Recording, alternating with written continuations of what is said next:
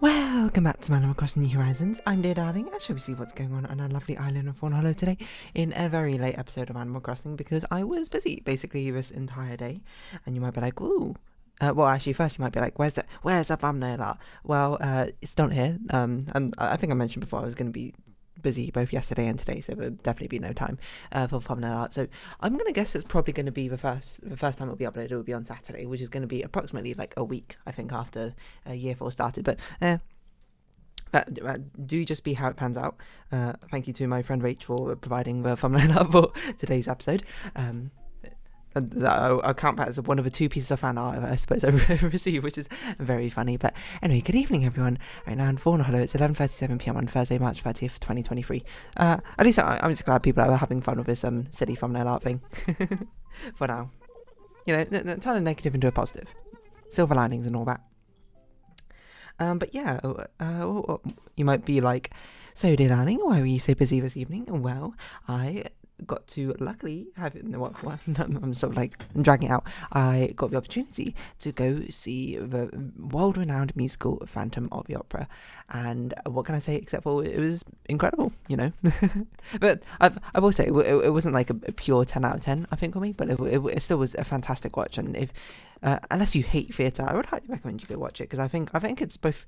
I think it's a very good theatre thing to watch. Actually, even if you dislike theatre, I think it's quite nice. Unless you hate theatre, then I'd be like, I think it's a pretty good one to watch. You know, it feels fairly approachable. Like the storyline's not very complicated. Its themes I don't think are super deep. The songs are, you know, impressive to say the least. And the highlight, I think, to me is definitely like the sort of like staging direction and directing and all that sort of thing. Like how smoothly things transition from one scene to another is very incredible. Along with, of course, the performers' voices. It's phenomenal. What can I say? So I guess it's kind of like an operatic musical or whatever. So yeah, I guess I'll be probably spoiling Phantom of the Opera in this video. So if you haven't watched it and you want to remain unspoiled, then by all means go for it. I'm going to be honest, there's like no twists really. So it's not really something which I think you should, if you haven't seen it and you're like, oh, should I be worried about spoilers? No, to be honest. I don't think the plot's like amazing or anything. It's just like sort of there to facilitate the musical, if anything. So I guess we'll start with that. So, but this is an interesting thing, because I actually had no idea about Phantom of the Opera. Like, I had basically zero knowledge. So I actually sort of remember what I thought the plot what I expected the plot to be like, and actually what it ended up being. So, you know, it's a rare case, you know. It's like, you know, different from Star Wars, where, you know, I said it before because I wish I wrote down what I thought the plot of Star Wars was before I actually watched it for the first time, but sadly I didn't. So basically when I was much younger, I thought the plot of Phantom of the Opera, I had no idea. I didn't even know there was an opera in it, and you might be like, how did you not know it was based around an opera? It's called Phantom of the Opera. I thought it was just like a guy in a mask who's super mysterious, leads a woman down a river in a bath, not in a bath, in a boat, and then it's just like a romance story.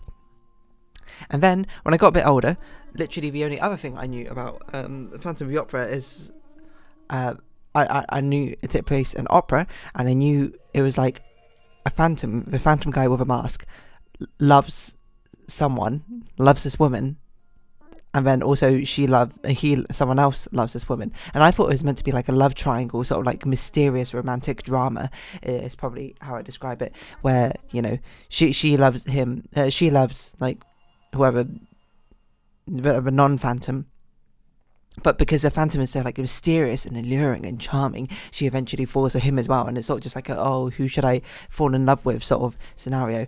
Now if you've actually seen Phantom of the Opera, you will be like, nah, that's not the story at all. It's completely different. Turns out Phantom of the Opera, not actually like a good guy, he's actually just like straight up a villain. I would say straight up villain. I would say sympathetic villain, or like an understandable villain, or yeah, attempting to be a sympathetic. Well, yeah, I think I'd still classify him as a sympathetic villain.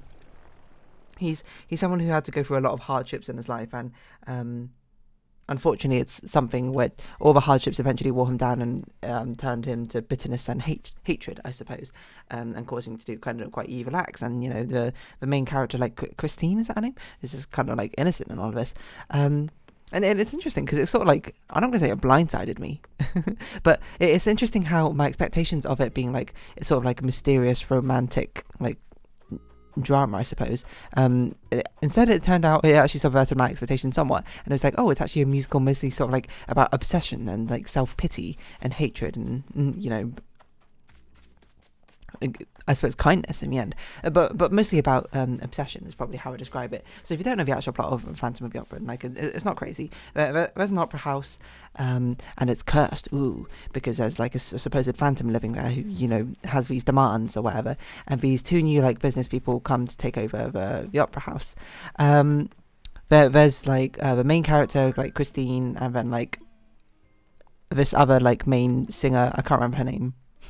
But a soprano, we'll call her that. I think she's called like Couture or something like that. Actually, I don't need to go about much detail. Basically, the Phantom of the Opera is like, oh, you have all these demands, and the business people are like, whoa, we can't do that. Like, this is outrageous. And then because the Phantom of the Opera like loves Christine, he's like, oh, she should be the main character. She should play the main part. And then the main person the actress who was playing the main part, she's gonna play a non-speaking role. If you don't do this, I'm gonna curse you all. And then they're like, what the hell are you talking about? We're not going to do this. This is our opera house, weirdo.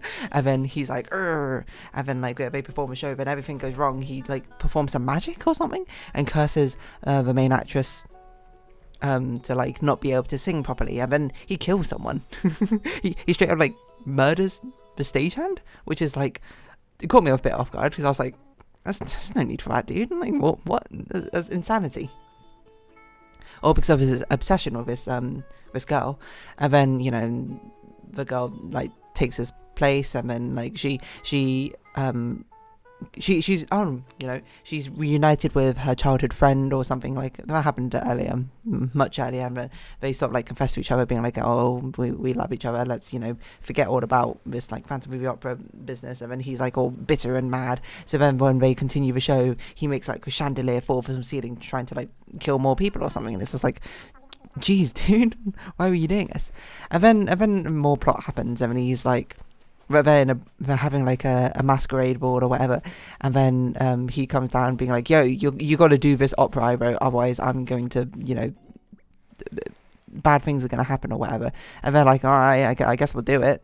And then he takes a place during one of the characters during the show, and then sort of like kidnaps the main girl Christine, because she like unveils his mask. Oh, I forgot, earlier on Christine gets like kidnapped by this guy, and then he's kind of like harmless, I suppose, despite the whole kidnapping business. But then she like lifts up his mask for like curiosity's sake, and he gets like, you, how dare you or whatever, and then you start to be like he was been horribly treated because of his like deformity or whatever. Anyway, so they like put on the show, whatever. He kills one of the characters and takes his place during the show, and then like kidnaps Christine again, and everyone's like, what the heck?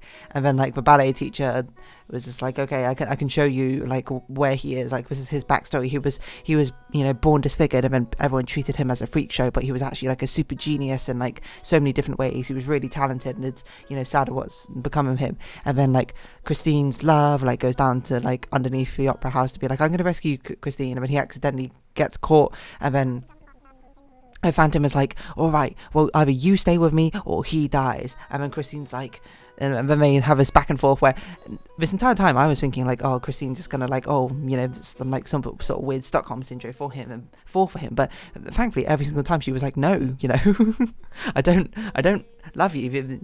She has this fantastic line, I can't remember, where he's talking about like how he's been mistreated because of his horrible like disfigurement and like his corruption on the outside or whatever, and she's always like, no, it's actually because you have a corrupted inside, because you're like murdering people and you have this weird obsession with me, etc., etc. And I was like, yeah, hell yeah. Anyway, the Phantom's all like, oh yeah, okay, I either love your life dies or you stay here with me for the rest of your life. And she's like, obviously no, I don't want to do this. But then she forgives him, I suppose, or shows him kindness, despite all that he's done. And apparently the only way to properly communicate about it was she needs to kiss him, which is I certainly eye rolled at, I'll be honest, but I guess it gets the point across. And then he's like, whoa, someone actually like did not hate me forever for some reason, despite the fact that I feel like we're quite justified. He did just like murder two people for not no good reason. And then the two run away, not before like one sort of like sad goodbye between Christine and Phantom of the Opera And then he's all like, oh, you know, what have I done? You know, this is what I've done. And then he like disappears, and all that's left behind is a mask. Yeah. I also didn't I didn't mention the best friend, the ballet teacher's like daughter. I mean, I guess she didn't play a pivotal part in the story. She was just kind of there to, like, you know, be a good friend, I suppose, which is, you know, very well like appreciated.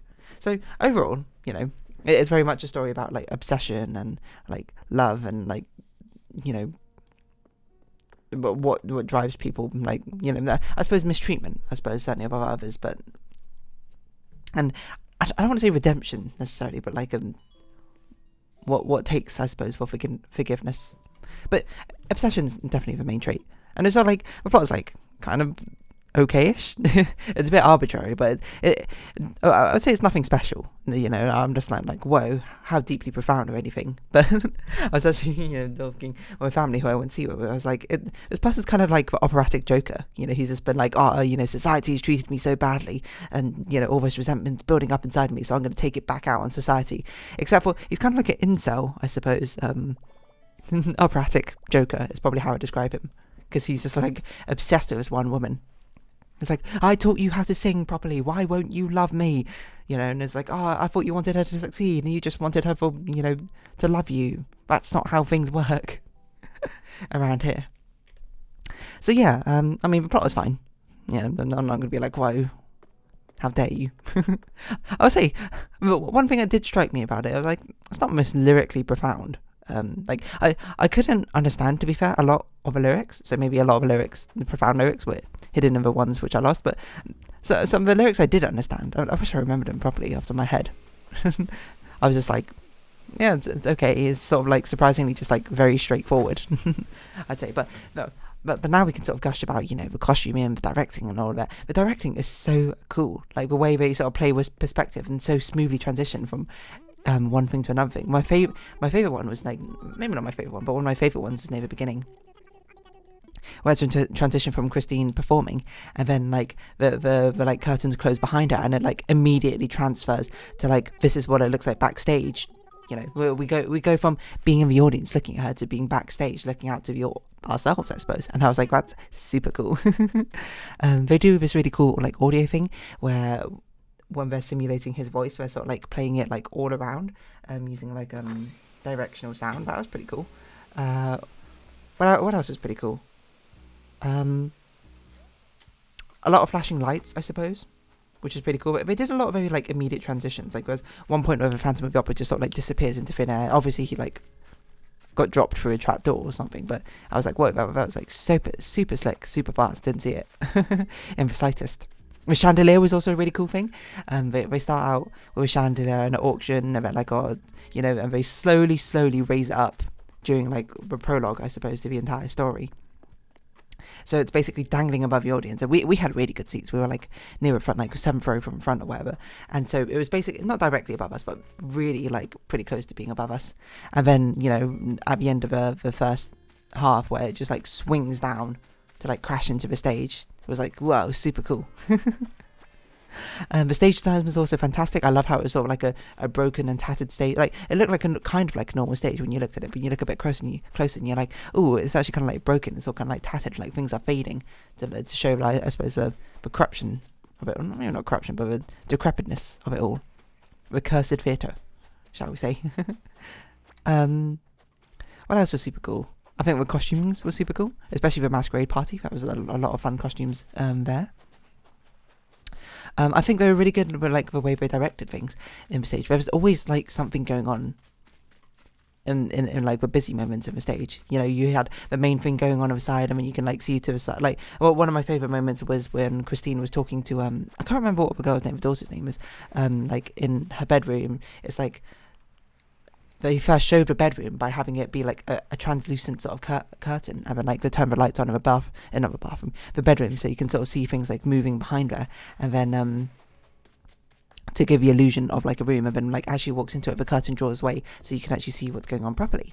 And then they have like that conversation going on at the side, and then they have like the ballet lessons going on at the left, where you can see the instructors sort of like looking around, like correcting the girl's pose, and then eventually being like, where is this girl as missing? And they have like the business people come like come in and come out, and then like the Phantom of the Opera appears like in the mirror, and it was like, wow, whoa, this is all really cool. Like how smoothly everything transitions into each other when she gets like taken into the mirror, and then it's like the love of her life, like sort of like Raoul, that's his name, it's like trying to search for her or whatever, and then like the stage descends downwards to sort of simulate the Phantom leading her downwards and downwards, like below the actual opera house, by starting them at the top and then like them coming out on the boat with a smoky like candle slowly rising up to show the slow descent downwards. And I was like, wow, this is cool.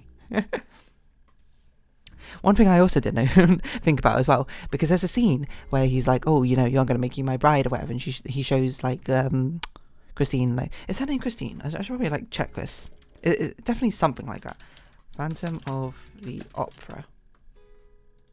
Book tickets. No need. Already done it. Prologue. Christine? Let's see. Yeah, Christine. Well, they show her like in the mirror, and it's like, oh, it's actually just like a dummy in a wedding dress, but then the dummy's actually like played by an actual person. It's a real person who just like leans out of the mirror and like scares Christine, and she faints or whatever.